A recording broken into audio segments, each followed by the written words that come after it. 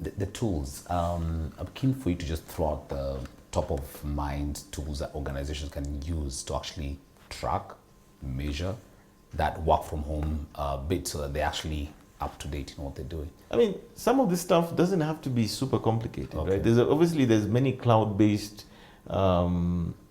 project management and collaborative tools. So you have things like Slack. We use Slack. Yeah. Slack allows us to have a sort of collaborative work process. We're very big on Google Workspace, you know, so we're able to, you know, spreadsheets and collaborative documents and so forth. We use that in the cloud. From a financial services standpoint, in accounting, we use something called Xero. We've been on that, I think, for over 10 years. So all our accounting lives in the cloud. And of course, the payroll and other systems of that nature connect to that.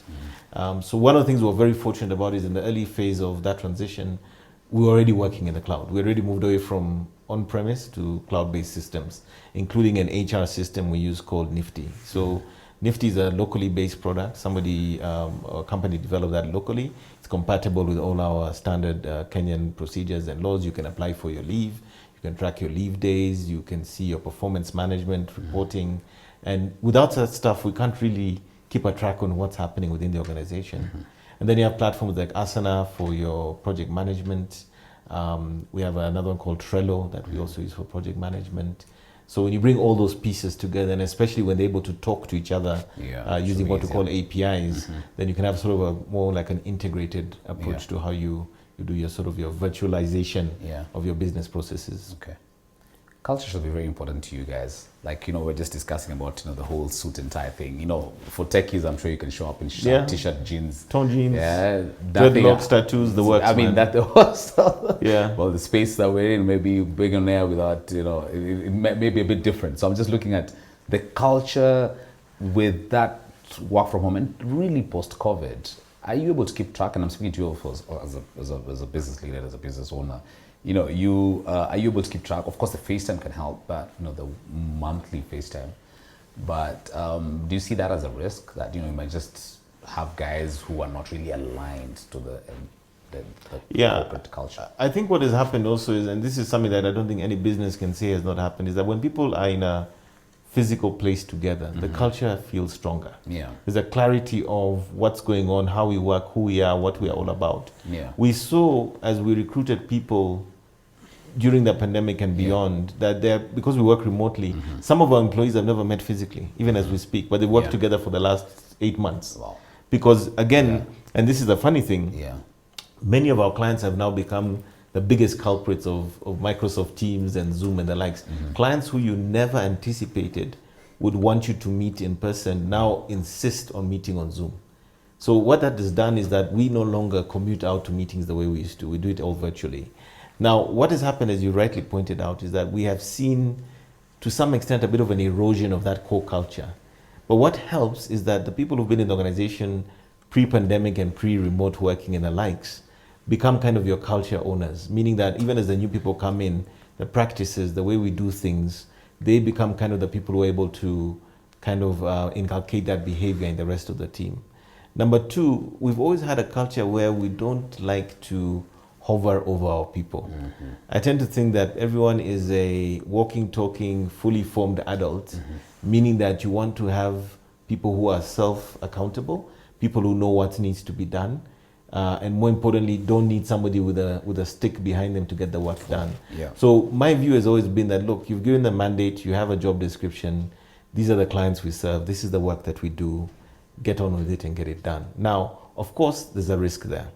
And I'm going to share with you an anecdote from our time during the pandemic.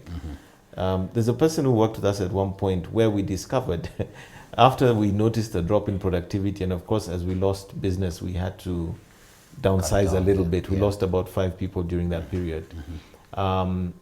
We came to learn later that they were not showing up for client meetings, they were not available and so forth. And this was a person who we actually recruited just before the pandemic. So I don't think they really understood our culture well enough.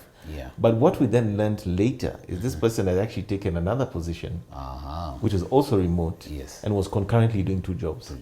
Now, those are some of the risks you encounter in these moments. Yeah. And the line of work that we do, we also like to say that in many markets, and not just Kenya, people have a tendency to have a side hustle. So you're virtual, you're a graphic designer, Yeah. yeah, Mama Mboga coming to you, you might have a corporate working with you as well. But my view is always very simple. If these are the tasks and the hours available in a day, and we have an idea of the threshold that is required for you to deliver that work.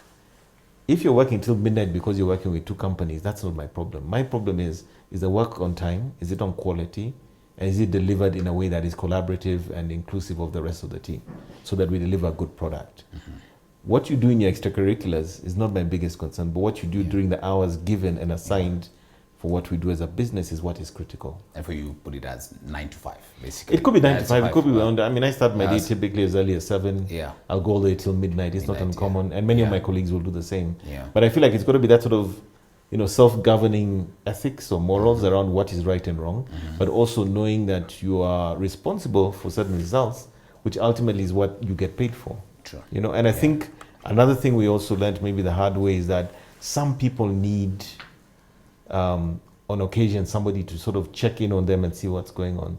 Case in point, this morning I had one of my colleagues, request a leave kind of unexpectedly, and yet today was a full working day. So I had to pick up the phone and ask him what's happening, what's going on. Oh, you have a medical issue. Understood. Yeah. It's okay, just go ahead. something, yeah. But I had to get that leave application Yeah. from the system to know be that able to there's a see. problem. Yeah. Sometimes I'm seeing somebody's not quite responsive and I'll call out and say, is everything okay? Oh, I don't have power at home, that's why I haven't come back to you. Yeah. So there's got to be also an element of proactivity True. to reach out to people in that kind of a work environment to see how they're doing and what's going on. Sometimes it's just a phone call like, hey, how are you doing? Are you okay? Is Are you well? fine? Yeah. Last week you had a bit of a cold. Did you get over that? And you will not believe that that 5-minute call has so much value Yeah. in also building that culture. The fact that they get that sense of boss, somebody cares about me, about somebody's me, looking out for me. It's not just about producing the work like a factory, Yeah. but there's an element of empathy, there's an element of follow-up to make sure people are okay. And equally so, our people and culture manager also does that sort of outreach every few days. Are you guys okay? Are you fine? Is there any issue? Oh, you're having a problem with the computer. Do we need to get that sorted out? So there's that continuous push and pull so that people don't become too distant from the core of what the business is.